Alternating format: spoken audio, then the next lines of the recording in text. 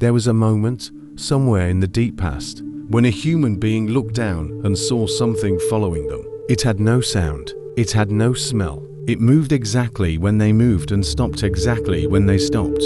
And it looked like them, but wrong, stretched, dark, silent. They had no word for what it was. They had no framework to explain it.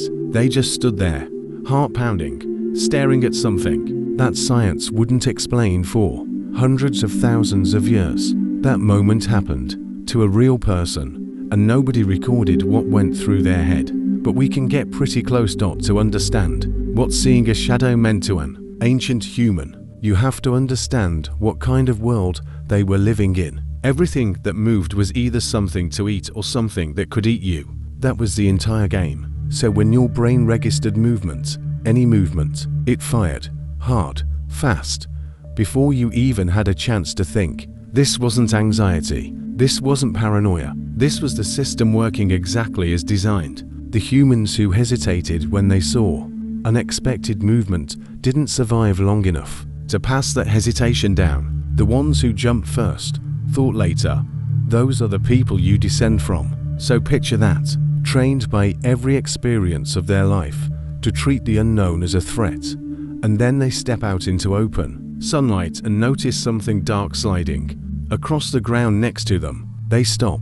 It stops. They raise an arm. It raises an arm. That's not a neutral experience. That's one of the most disorienting things a human mind can encounter. Something that perfectly mirrors you, but isn't you. Here's what we know about how the ancient human brain processed the world. They didn't separate the living from the non-living the way we do. Rocks, rivers, wind, fire.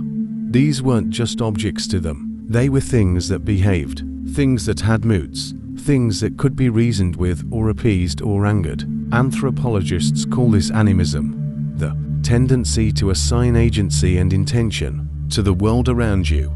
And it wasn't primitive thinking, it was actually incredibly logical for the environment they were in. Because in nature, most things that move are alive. Most things that respond to you are aware of you. The bias toward seeing intention everywhere kept you alive a lot longer than assuming the rustling in the tall grass was just the wind. So when an ancient human saw their shadow respond to their every move, the most natural conclusion wasn't, this is an optical phenomenon caused by the sun blocking light. It was closer to, this thing knows what I'm doing. This is where it gets genuinely fascinating. Across cultures that had no contact with each other are separated by oceans and mountain ranges and thousands of years, almost all of them independently developed the same idea about shadows, that the shadow is the soul, or at least a part of it, a visible piece of something invisible that lives inside you. Ancient Egyptians had a concept called the shoit, a shadow self that traveled alongside you through life and followed you into death. Many indigenous cultures across Africa, the Americas, and the Pacific treated shadows with deep seriousness. Stepping on someone's shadow was an act of aggression. Losing your shadow was a catastrophe. These weren't random superstitions. They were early attempts to explain something genuinely strange. Why does this dark shape follow you everywhere? Why does it disappear at night?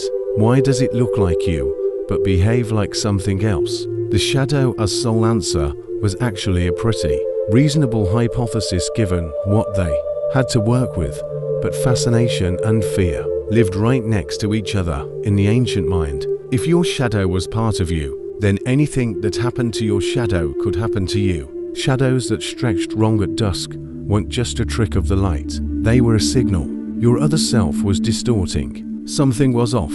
And then there's the night. For most of human history, darkness wasn't just an inconvenience, it was a full sensory shutdown. You couldn't see predators, you couldn't see the ground, you couldn't see who was standing next to you. Night was genuinely dangerous in a way that's almost impossible to feel now. And at night, the shadow vanished.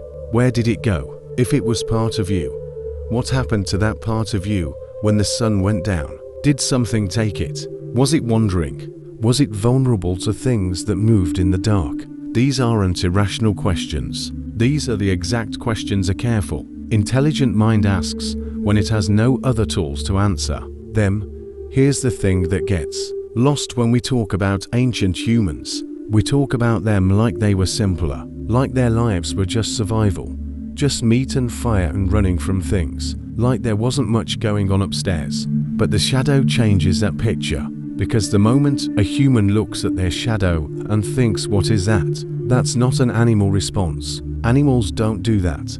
A dog sees its shadow and moves on. A crow might investigate briefly, but no other species on Earth built entire cosmologies around shadows, developed rituals to protect them, told stories about what happened when you lost yours. That curiosity, that need to explain, is the thing that makes us human, and it was already fully running somewhere between 100,000 and 300,000 years ago, long before writing, long before cities, long before any of the things we point to as evidence of intelligence. The first person who stopped and stared at their shadow and asked why wasn't behind us, they were us. We'll never know exactly what that first moment felt like. We don't have their words. We don't have their dreams. We barely have their bones. But we have the shadow itself, still there, still following, still doing exactly what it did the first time a human ever noticed it, and somewhere in the part of your brain that still treats the unknown as dangerous, somewhere in the instinct that makes you glance twice at movement in your peripheral vision. That first person is still running. They just look like you now.